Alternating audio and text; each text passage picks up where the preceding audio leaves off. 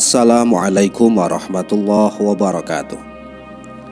Alhamdulillah, kali ini kami akan menayangkan kisah wafatnya sahabat Nabi Abdullah bin Zubair, seorang khalifah yang tewas dipenggal di depan Ka'bah.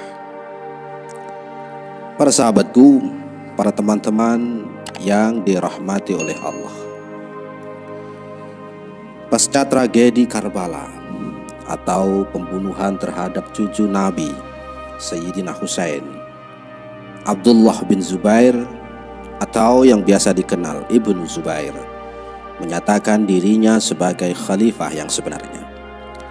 Pemerintahannya ini berpusat di Hijaz, Arab Saudi. Cucu Abu Bakar As-Siddiq ini sempat berkuasa beberapa tahun, namun berakhir tragis. Pada awalnya, Ibnu Zubair adalah pendukung kekhalifahan Muawiyah bin Abi Sufyan. Namun dia menolak penunjukan Yazid sebagai khalifah. Menurut pandangannya, Yazid bin Muawiyah bin Abi Sufyan itu adalah laki-laki yang terakhir kali dapat menjadi khalifah muslimin, seandainya memang dapat. Yang maksudnya dia tidak cocok dan tidak layak untuk menjadi khalifah. Pandangannya ini memang beralasan, karena dalam soal apapun juga Yazid ini memang tidak becus. Tidak satupun kebaikan dapat menghapus dosa-dosanya yang diceritakan sejarah kepada kita.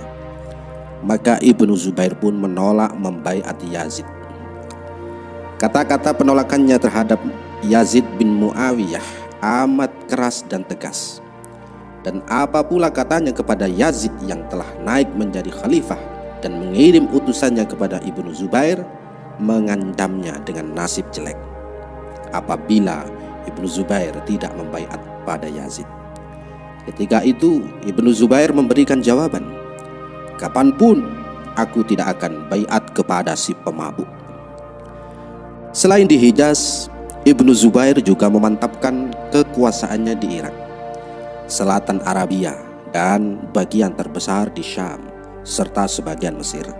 Ibnu Zubair memperoleh keberuntungan yang besar karena ketidakpuasan rakyat terhadap kekuasaan Bani Umayyah. Yazid bin Muawiyah mencoba menghentikan pemberontakan Ibnu Zubair dengan mengirim pasukan ke Mekah yang dipimpin oleh Muslim bin Uqbah pasca menumpas pemberontakan warga Madinah. Pasukan ini berencana menyerang Abdullah bin Zubair di Mekah. Namun di tengah perjalanan, Muslim bin Uqbah ini wafat, sehingga kepemimpinan pasukan diambil alih oleh seorang yang bernama Al-Husain bin Numair As-Sakuni. Pada tanggal 26 Muharram 64 Hijriah atau 24 September tahun 683 Masehi, pasukan Al-Husain bin Numair As-Sakuni mengepung Abdullah bin Zubair selama 64 hari. Terjadi saling serang dengan menggunakan manjanik atau ketepil besar ke Ka'bah dari Gunung Qubais, sampai-sampai menimbulkan kebakaran di Masjidil Haram. Pada 14 Rabiul Awal 64 Hijriah atau 31 Oktober 683 Masehi, Yazid is dead alias wafat. Maka Al-Husain bin Numair meminta Abdullah bin Az-Zubair untuk berdialog saja, karena rajanya telah mati. Al-Husain bersedia membaiat Abdullah dan memintanya untuk datang ke Syam seraya berdamai pasca bentrok. Tapi Abdullah menolak. Pada saat penggabungan berhenti, Ibnu Zubair pun membangun kembali Ka'bah yang berantakan karena serbuan pasukan Umayyah.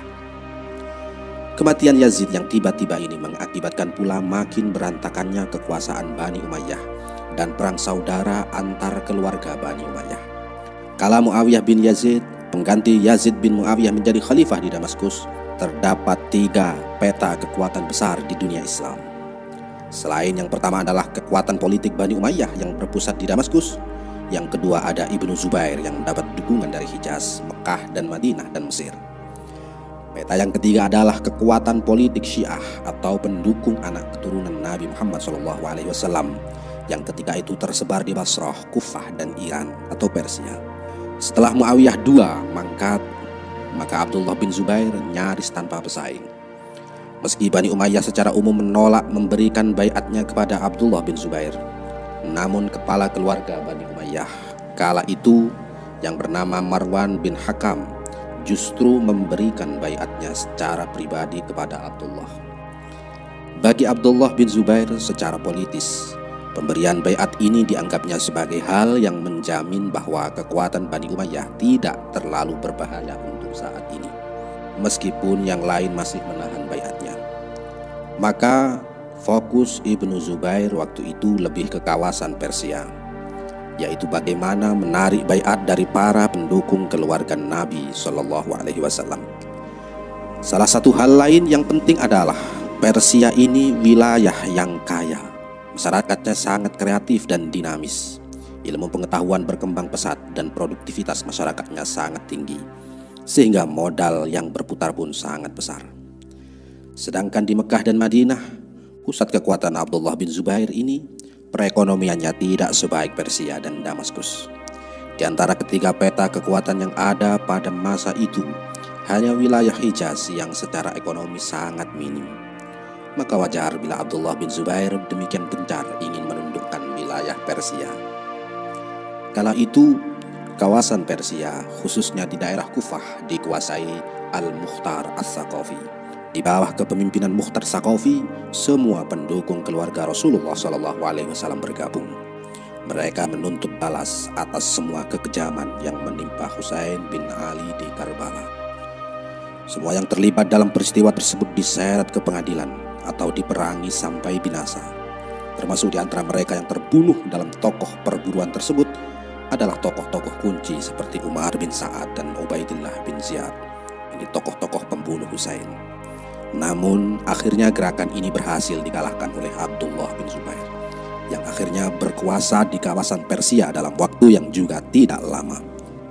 Sayangnya, Abdullah bin Zubair hanya puas dengan menerima kedatangan utusan dari beberapa daerah yang sukarela membaiatnya sambil tetap berada di Mekah. Para tokoh Bani Umayyah yang ada di Madinah, yakni Marwan bin Al-Hakam dan putranya Abdul Malik, diusir Ibnu Zubair, sehingga membuka ruang konsolidasi bagi Bani Umayyah. Di Damaskus, setelah beberapa bulan terjadi kekosongan kepemimpinan, Bani Umayyah akhirnya mendaulat Marwan bin Hakam menjadi pemimpin mereka. Dengan pengangkatan ini, Marwan yang sebelumnya bermaksud menyerahkan baiatnya pada Abdullah bin Zubair mencabut kembali baiatnya dan berbalik melawan Abdullah. Khalifah Marwan bin Hakam hanya berkuasa kurang dari 1 tahun. Dia berhasil merebut wilayah Syam dan Mesir dari tangan pendukung Abdullah bin Zubair. Saat Marwan wafat, dia digantikan oleh putranya yang bernama Abdul Malik. Di masa Abdul Malik inilah upaya menundukkan Abdullah bin Zubair menjadi target utama. Taktik Abdul Malik cukup jitu.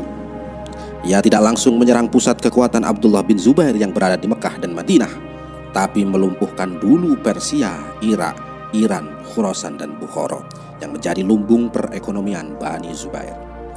Setelah menjinakkan Persia, maka babak akhir penaklukan pun dilangsungkan. Sebuah pasukan terdiri dari 2.000 personil yang dipimpin oleh Hajjaj bin Yusuf diberangkatkan ke Mekah dari Damaskus. Terkait pemilihan Hajjaj bin Yusuf ini, Imam At-Tabari meriwayatkan bahwa Hajjaj sendirilah yang meminta kepada Abdul Malik. Ia mengatakan pada Abdul Malik bahwa ia bermimpi mengalahkan Abdullah bin Zubair dan mengulitinya. Abdul Malik kemudian berpesan pada Hajjaj bin Yusuf bahwa ia diperbolehkan melakukan apapun yang dianggapnya baik, atau dengan kata lain, Hajjaj diberikan wewenang penuh atas misi ini. Hajjaj bin Yusuf lalu berangkat menuju Mekah. Namun dia tidak melalui jalur biasa, melainkan menggunakan jalur ke Irak, lalu memutar ke arah Mekah. Dan pada bulan Sya'ban 72 Hijriah, dia tiba di Taif. Pada kesempatan yang sama, sisa kekuatan Abdullah bin Zubair yang semula sudah bersiap menyambut serangan ini di Madinah harus berkemas dan bergerak menuju Taif. Di Taif, perang pun tak dapat dihindarkan. Dalam pertempuran ini, armada yang merupakan kekuatan terakhir Abdullah bin Zubair pun hancur. Sedang di sisi lain, Hajjaj bin Yusuf juga mengalami kerugian yang sangat besar. Setelah pertempuran ini, Hajjaj bin Yusuf mengirim laporan kepada Abdul Malik tentang kemenangan dan juga kerugian yang dialaminya. Mendapat laporan ini, Abdul Malik pun mengirimkan pasukan tambahan sebanyak 5.000 personil dari Damaskus untuk menggandakan kekuatan Hajjaj bin Yusuf. Pasukan ini baru tiba pada bulan Zulqa'dah atau hanya 1 bulan sebelum bulan haji. Mereka langsung bergabung dengan pasukan sebelumnya dan membombardir kota Mekah dengan ketapel atau manjanik. Menurut beberapa laporan, mereka hanya menghentikan penyerangan hanya pada musim haji. Itu pun atas permohonan Abdullah bin Umar. Selama proses haji berlangsung, pasukan Hajjaj bin Yusuf tidak mengenakan ihram dan berkeliling kota Mekah dengan menghunuskan pedang. Pada tahun 73 Hijriah, akhirnya pasukan Damaskus berhasil membunuh Abdullah bin Zubair.